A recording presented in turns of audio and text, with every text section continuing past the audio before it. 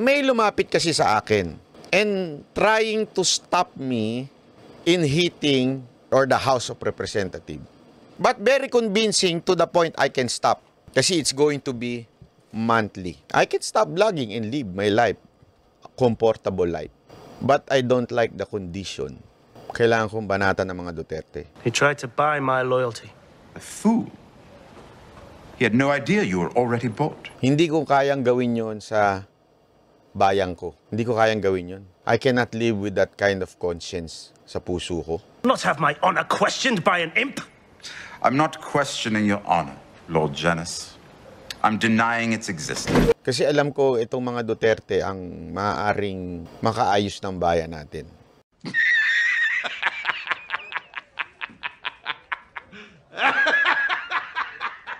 Kung banatan ng mga Duterte. Yun, no? Kailangan daw niyang banatan yung mga Duterte. As if naman meron maglalapit sa'yo para specifically sabihin niya mga yan. Hindi ako naniniwala dyan kasi that's a strategic mistake. Knowing Banat Bay, isang susut lang ni Kebuloy dyan, pupunta na agad ng Davao yan. And then you're going to tell me na merong lalapit sa'yo from whoever is angry sa mga Duterte na babayaran ka. Ano yan, fantastic masyado yung story na yan, Banat Bay. Alam mo yon, siguro nagko-compensate siya kasi syempre hindi naman madaling mademanda. Like, I mean, mas mura yung idemanda siya one time kasi lalong-lalo na ako yung mga lawyers, taga din sa area na yon. So, wala silang travel time na kailangan pumunta doon sa Legazpi, di ba? Kasi sa Legazpi daw siya dinimanda kung saan man yun. So, alam yun, that is a strategic error. Who would pay you para essentially try do rin yung mga Duterte? Mas loyal, baka nga mas loyal ka pa sa mga Duterte kaysa sa Pilipinas. Wag naman sana. Tinatanong ko lang naman, ha? Baka lang, ha? Hindi ako sure. Pero, ganun talaga eh. Tuloy natin. Tagal eh. Parang nagpipritro. Magpipritro, di ba, tagal tumira eh. Pero hindi ko kaya. Wow. Bakit? Hindi ko kayang gawin yon sa bayan ko. Bakit naman sa bayan mo? Sa dami-dami ng politiko, Duterte lang ba yung pwedeng umayo sa Pilipinas? Nako naman. Oh. Bakit? Hindi, to be honest ha. Sige. Hindi ko kayang gawin yon. Bakit? Kasi alam ko itong mga Duterte ang maaaring makaayos ng bayan natin. Wow! Biruin mo, ang daming matitinong politiko dyan na walang baggage. O hindi masyadong halatang pro-China. Alam mo yun, hindi masyadong halatang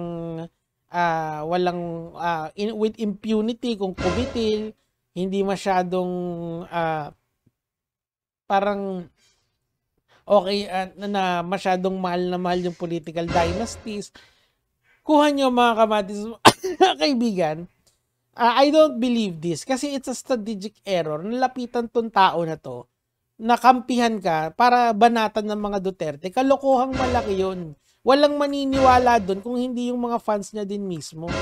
Biruin mo na numero 1 kang kritiko, hindi mo ka ng defender ng mga Duterte, tapos magiging kritiko ka bigla. Halatang halata yun. Banat Bay naman. Ano ba yan? Sino bang linoloko mo dyan? Diyos ko naman. Alam mo, Banat Bay, advice ko lang sa'yo, i-ready mo na yung sarili mo sa mga... kasi tapos na yung era ng Duterte. If you want to live a normal life, tigil ka na. Kasi wala na, ano bang point na i-defend pa yung mga Duterte ngayon? If you're defending the Duterte position, you are pro-Pogo. Kasi yun yung mga Duterte, sila nagpapasok ng mga Pogo eh. You have a hard-on sa CCP. Let me be clear, hindi China. China is okay. China, the people is our friend. What is not our friend is the CCP ni Xi Jinping. Let me be clear there. Paano naman naging maayos yung patakbo ng mga Duterte? The numbers don't lie.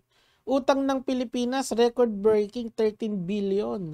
Kasama dyan yung Pharmally. Kasama dyan yung DepEd laptops. Kasama dyan yung samot-saring human rights violation na ginawa nitong presidency niya. Ayan, tignan nyo na lang yung numbers mga kamatis, mga kaibigan. If truly nakatulong ba sa bayan ang mga Duterte, specifically yung tatay, and then you want me to believe you na gusto mong na para sa bayan ka. If you were truly para sa bayan, dapat tumiwalag ka na, matagal na, meron or walang offer sa'yo. Kasi ayan no, the numbers don't lie. Yan yung nangyari sa bayan during the presidency of Duterte. Bukod pa yan doon sa nasirang relationship natin with other countries because we were so pro-Beijing, di ba? Pro-China tayo masyado. Pro-Xi Jinping tayo masyado. Oh, tapos you're going to tell me dahil mahal mo yung Pilipinas. If you truly love your country, titindig ka dapat sa tama. Hindi ka naman tumitindig eh. Nakaupo ka pa rin sa poder ng mga Duterte, obviously. Come on. You are the number 1 attack dog ng mga Duterte hanggang ngayon. So, it serves you right na ilagay ka sa pwesto mo. Sa dami-dami ng politiko talaga, Duterte pa talaga napili niya. I cannot live with that kind of conscience sa puso ko. Ang galing din niya no? Eh, syempre, malamang, fanbase ni Duterte ang nanonood sa'yo. Alangan namang mag-declare ka ng war sa mga dati mong kakampi. Eh, di nawala yung mga nanonood sa'yo. Di ba? Malabo itong tao na to talaga. Eh, ikaw naman, sala sa lamig, sala sa init yung paniniwala mo Katulad nito. O, ano nangyari kay Alice Guo? Gusto pag-usapan natin yan? O, di ba tama si Risa Ontiveros? Ano nangyari sa'yo? O, bakit biglang bakit biglang tumahimik ka sa nangyayari ngayon? Pag-usapan mo uli. O, Chinese pala yun. O, di ba may mga depensa ka doon. Naalala ko, ano ba yung sinabi nito? Yung, ano yun? Pinag-iinitan daw. Ano bang klaseng tanong yan si Senator Risa? And Senator Risa was correct. Correct pala si Senator Risa doon sa line of questioning niya kay Alice Guo. May pupuntahan pala, malalim pala tong pogo na to. O di ba si Michael Yang pala may connection doon sa mga kasi yung kapatid niya may connect doon sa mga ibang kamag-anak ni Alice Guo. Nasa last hearing yan. And you're going to tell me dahil para sa bayan mo, we are in this mess because of the Dutertes. We are in this mess because si Tatang ay nagpapasok ng mga illegal na pogo rito sa Pilipinas. We are in this mess kasi mga kamatis, mga kaibigan. You let these people run this fucking country to the ground. Ngayon, ang gagawin nila sa 2025, tatakbo na naman sila. Tapos kakampanya nitong walang yang to. Tapos magtataka kayo, bakit kaya ang hirap sa Pilipinas? Mahirap sa Pilipinas because you keep voting shit people. Mahirap sa Pilipinas because you keep supporting shit vloggers. Ano bang meron dito kay Banat Bay na tuwan-tuwa kayo kasi nire-reverberate niya yung mga sinasabi ng mga Duterte. Come on. Tapos pag dinimanda, wala na bang press freedom ngayon? Meron pa rin. Malaya ako nakakapagsalita. Actually, malaya ka pa rin naman makakapagsalita. Kapag ikaw ay dinimanda, you are still able to talk on your platform. Pwede pa rin. Kaso nga lang, kapag nagkamali, ayan, may isa na naman.